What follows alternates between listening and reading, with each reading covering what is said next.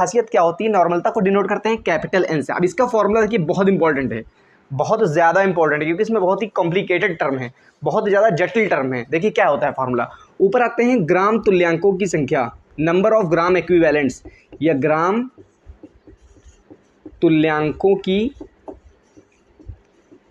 संख्या, ठीक है।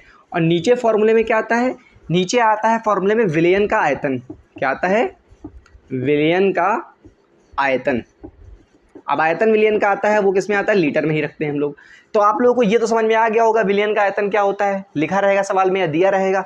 लेकिन ये ग्राम तुल्यांकों की संख्या क्या होता है, तो ग्राम तुल्यांकों की संख्या निकालने का भी एक अलग से फॉर्मूला है। तो यहाँ पे मैं बताता हूँ क्या होते हैं ग्राम तुल्यांक, ग्राम तुल्यांकों की संख्या। ग्राम तुल्यांकों की संख्या निकालने का फॉर्मूला, तुल्यांकों की संख्या का फॉर्मूला क्या होता है, ऊपर आता है भार, क्या आता है, भार, वो भी किसमें, ग्राम में, और नीचे आता है समतुल्य भार। नीचे क्या आता है, समतुल्य भार। अब आप लोग कहेंगे और ये भार किसका होगा, ये विलेय का भार होगा। क्या होगा, विलेय का भार।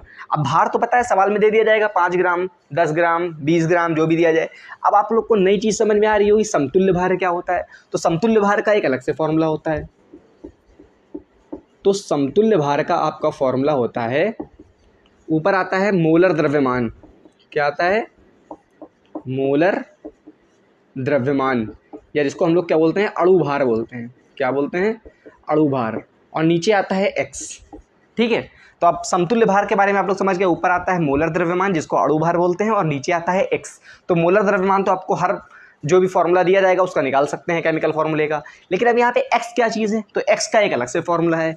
तो एक्स क्या होता है, देखो अम्ल के लिए, किसके लिए, अम्ल के लिए जो एक्स होता है वो होता है H+ आयन की संख्या।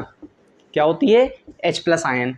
अगर हम बात करें क्षार की, तो क्षार के लिए जो एक्स होती है उसका मान होता है OH- आयन की संख्या, ठीक है। तो अगर अम्ल है तो उसके लिए H+ आयन होंगे, वो एक्स हो जाएगा। क्षार है तो OH- आयन क्या हो जाएंगे, एक्स हो जाएगा। और अगर लवण है तो धन आयनों की संख्या, किसकी, धन आयनों की संख्या। तो बात समझ में आ गई आप लोगों को।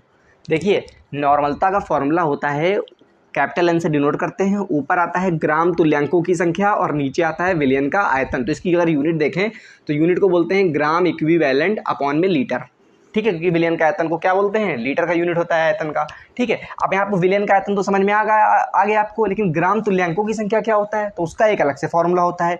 ग्राम तुल्यांकों की संख्या बराबर होता है भार बटे समतुल्य भार। तो भार विलेय का तो आसानी से आप निकाल सकते हैं, निकाल क्या सकते हैं, दिया ही रहेगा सवाल में ग्राम में, ठीक है। अब समतुल्य भार आपको नहीं पता है क्या होता है।